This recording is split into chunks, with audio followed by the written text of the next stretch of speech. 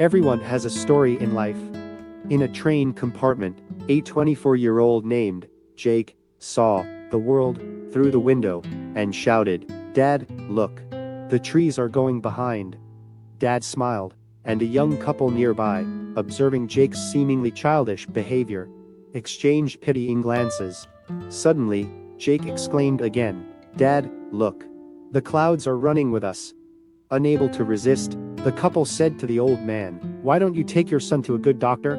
The old man smiled and replied, "I did, and we are just coming from the hospital. My son was blind from birth, he just got his eyes today." Every single person on the planet has a story. Don't judge people before you truly know them. The truth might surprise you. Shake off your problems. In a village, a man named Tom faced a challenge when his favorite horse fell into a deep well. Unable to pull it out, he decided to bury it alive. Soil was poured onto the horse from above. The horse felt the load, shook it off, and stepped on it. More soil was poured. It shook it off and stepped up. The more the load was poured, the higher it rose. By noon, the horse was grazing in green pastures. After much shaking off and stepping up, one will defiantly rise from problems. The elephant rope. As Mark was passing by elephants, he suddenly stopped, confused by the fact that these huge creatures were being held by only a small rope, tied to their front leg. No chains, no cages. It was obvious that the elephants could, at any time, break away from their bonds, but, for some reason, they did not. He saw a trainer nearby and asked why these animals just stood there and made no attempt to get away. "Well," the trainer said, "when they are very young and much smaller, we use the same size rope to tie them, and, at that age, it's enough to hold them. As they grow up, they are conditioned to believe they cannot break away. They believe the rope can still hold them, so they never try to break free." Mark was amazed. These animals could at any time break free from their bonds, but because they believed they couldn't, they were stuck right where they were. Like the elephants, how many of us go through life hanging onto a belief that we cannot do something, simply because we failed at it once before? Failure is part of learning. We should never give up the struggle in life. Potatoes, eggs, and coffee beans. Once upon a time, a daughter named Emily complained to her father that her life was miserable and that she didn't know how she was going to make it. She was tired of fighting and struggling all the time. It seemed just as one problem was solved, another one soon followed. Her father, a chef named Robert, took her to the kitchen. He filled 3 pots with water and placed each on a high fire. Once the 3 pots began to boil, he placed potatoes in 1 pot, eggs in the 2nd pot, and ground coffee beans in the 3rd pot.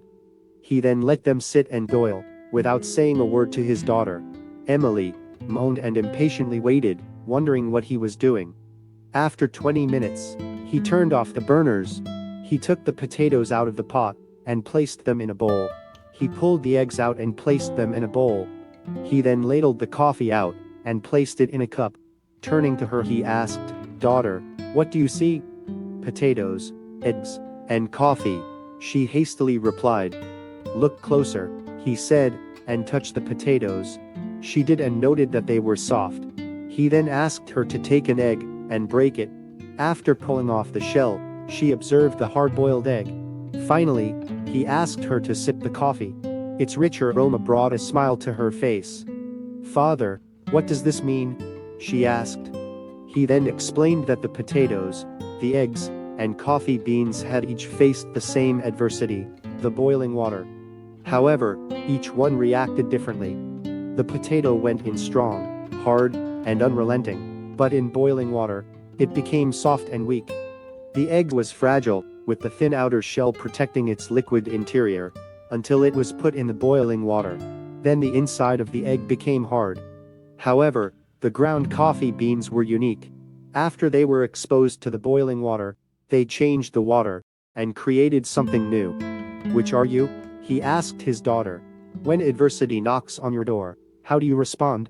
Are you a potato, an egg, or a coffee bean?" Moral in life: things happen around us, things happen to us, but the only thing that truly matters is what happens within us. Which one are you? a dish of ice cream. In a quaint coffee shop where deals were struck, a 10-year-old named Mia entered and sat at a table. A waitress named Lily put a glass of water in front of her. "How much is an ice cream sundae?" 50 cents, replied Lily. The little girl pulled her hand out of her pocket and studied a number of coins in it. "How much is a dish of plain ice cream?" she inquired. Some people were now waiting for a table, and Lily was a bit impatient. 35 cents, she said brusquely. The little girl again counted the coins. "I'll have the plain ice cream," she said. Lily brought the ice cream, put the bill on the table, and walked away. Mia finished the ice cream, paid the cashier, and departed. When Lily came back, she began wiping down the table, and then swallowed hard at what she saw. There, placed neatly beside the empty dish, were 15 cents her tip. The storm. The small coastal town of Havenridge found itself in the clutches of an unexpected and ferocious storm. Dark clouds rolled in, unleashing a torrential downpour that flooded the streets and threatened to swallow the entire community. Among the panic-stricken residents, 4 individuals faced the challenge in their own unique ways. Desperation Laura, a single mother of 2, stared out of her rain-streaked window, anxiety etched across her face. Desperation fueled her actions as she hastily packed a small bag, attempting to flee with her children. The rising waters, however, quickly thwarted her efforts. Despite her best intentions, fear overcame Laura, leaving her paralyzed with indecision. Apathy. Meanwhile, Mark, an apathetic teenager with a penchant for escapism, sat idly by in his room, headphones drowning out the storm's roar. His nonchalant attitude dismissed the severity of the situation outside. With a shrug, he opted to ignore the mounting challenges, choosing instead to immerse himself in a virtual world. Oblivious to the urgency, Mark resigned himself to a false sense of security. Blame.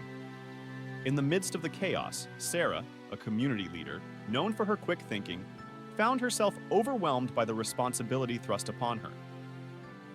As the waters rose, she pointed fingers at others, blaming the inadequacies of the town's infrastructure and the lack of preparedness from her fellow residents. Frustration clouded her judgment, and she failed to rally the community together. Resilience.